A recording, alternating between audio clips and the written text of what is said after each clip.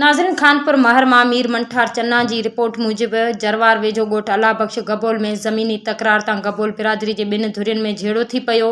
निसार अहमद गबोल, मुनवर अली गबोल, शेर मोहम्मद गबोल, मुरीद खान गबोल ऐं ॿियनि एहतजाज कंदे चयो त असांजो झेड़ो 2013 खां हली रहियो आहे, जेका असांजी ज़मीन आहे।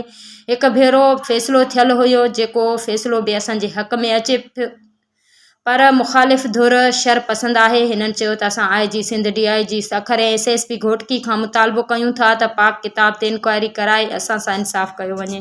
कल तव्हां ॿुधो हूंदो नेट ते बि जेको आहे त असांजे भाइरनि चढ़ायो हो फेसबुक ते त ही जेको आहे झेड़ो थियो आहे। झेड़े जो असल मक़सदु इहो हुयो, असांजो 2013 खां वठी झेड़ो हले थो।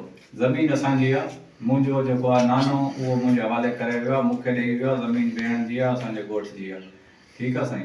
उन खां बाद असां हिननि जे मथां FIR की 2-3 हफ़्ता पहिरियों बि असां सां विढ़िया। ही केस पुराणो केस आहे, हले थो 2013 खां वठी। सॼे इलाइक़े पूरे इलाइक़े खे ख़बर आहे। बाक़ी मुंहिंजो वाला साहब कल ऐं मुंहिंजो मामो वञनि पिया त नादर रस्ते ते हिननि जे अॻियां 2 हफ़्ता पहिरियों बि ही असां सां विढ़िया, असांजा हमरा ज़ख़्मी कया। मुंहिंजो वाला साहब बि हुन में हुयो, मुंहिंजो भाउ बि हुयो ऐं ॿिया बि हुया। उन्हनि सां विढ़िया आहिनि, उन्हनि खे ज़ख़्मी कयो आहे। असां उन्हनि जे मथां FIR बि कई आहे।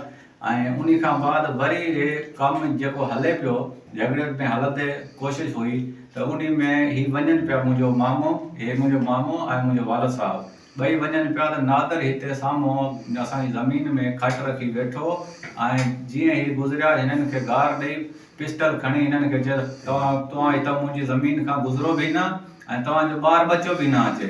ठीकु आहे साईं। त असांजी फुल कोशिशि हुई, असां इहो पिया सम्झूं त हिननि जो सिर्फ़ु मक़सदु आहे फितूर, छो जो असांजो हुननि जे मथां केस आहे। ही चवनि था कहिड़े तरीक़े सां असां ड्रामो कयूं। वरी उन्हनि जे बावजूदि उन्हनि छा कयो आहे, मुंहिंजो वालद साहब ऐं हिननि जी फुल कोशिशि हुई त असां कुझु न कयूं। बहरहाल उन्हनि छा कयो, वरी साईं पंहिंजे घर खे बाहि ॾिनी। उन खां बाद पंहिंजो ड्रामो करे, ड्रामे जा ही पहिरें खां वठी क्वालिफाइड आहिनि। हिननि पहिरें बि ड्रामो कयो आहे। कुझु टाइम सां पहिरें तव्हां ॿुधो